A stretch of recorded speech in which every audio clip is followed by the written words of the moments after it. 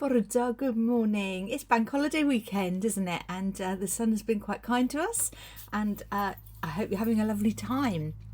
Part of what I've done this weekend is sort out some stuff. So some of you will know my parents relocated and downsized at the end of last year, and there was this flurry of activity and lots of do you want, would you like this, show you. And we ended up renting a storage unit to put all the stuff into it that I needed to have a look at and see if I wanted it.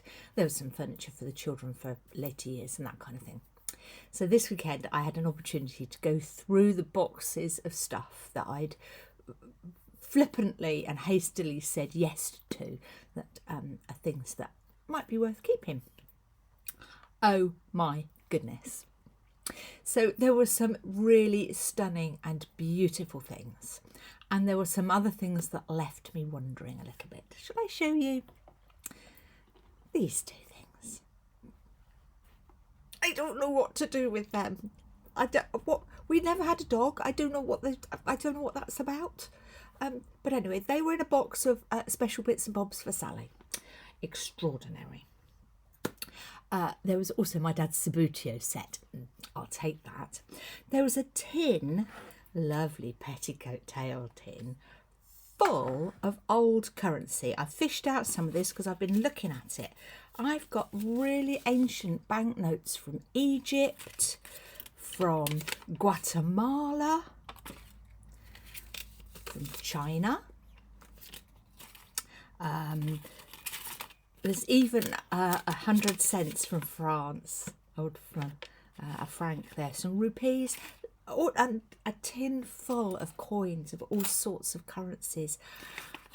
Now, I knew they'd travelled, and I knew my dad travelled a lot for work, and my parents are both still alive, so I have the opportunity to have the conversations. But where did they come by money from Guatemala?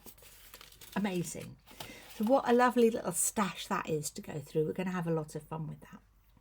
And then I found this. Doesn't look much, does it? Funny little leather thing. And inside it is, it's not a great quality, but it's old and it's a bit dirty, which means it's been out and used. And in the very, very bottom of the little thing, Grandma's rosary. So that's my grandma's rosary, I think. It might be my mum's. No, it's my grandma's rosary. I do know that. This is the woman who had nothing good to say about church. And my grandma gave up on church a long, long time ago. But she didn't give up on God, did she? And I find that fascinating. So here I am, sifting through old dog balls when we didn't have a dog, and my grandma's rosary, which is a clear sign that she hadn't given up on God, even though she'd given up on church many years ago. And I realised that I've learnt something, and that we are constantly learning about the people around us if we take a moment to look at the detail and think about what's not being seen and dig in a little bit. Now, I have the wonderful opportunity to go back to my parents and have some conversations about these things. I am going to ask them about that dog ball. But I'm also going to ask about, well, what was going on with my grandma that she kept her rosary? When did you go to Guatemala? And I'm going to get to know some of the answers to some of the things. I'll never know it all, but what a joy to be able to spend a little bit of time with the detail. And just like my grandma never gave up on God, of course God never gave up on her, because he knew all those details. He knew why church wasn't right for her. He knew how and why she was doing the things that she was doing. And it reminded me of that beautiful passage in Psalm 139, which I'm going to read to you now. And it starts, well, the whole of Psalm 139 is worthy, but let me read just a few verses. Where can I go from your spirit, or where can I flee from your presence? If I ascend to heaven, you are there.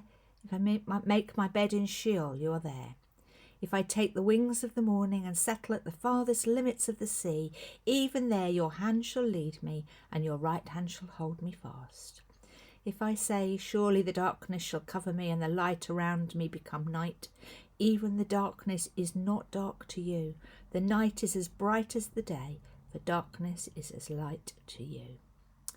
For it was you who formed my inward parts. You knit me together in my mother's womb. I could go on. It's beautiful, isn't it? God knows everything. And I'd rather take some comfort in that today. Just reflect, have a little think about the stuff you've got around you and what it means to you, about the people around you that you'd like to just pause and know a little bit more about, and see where God is at work, even when people are very sure he is not. So much to think about there, and thank you for indulging me. I hope the rest of your bank holiday goes well, and I'll see you in the week. Lots of love and God bless. Bye bye.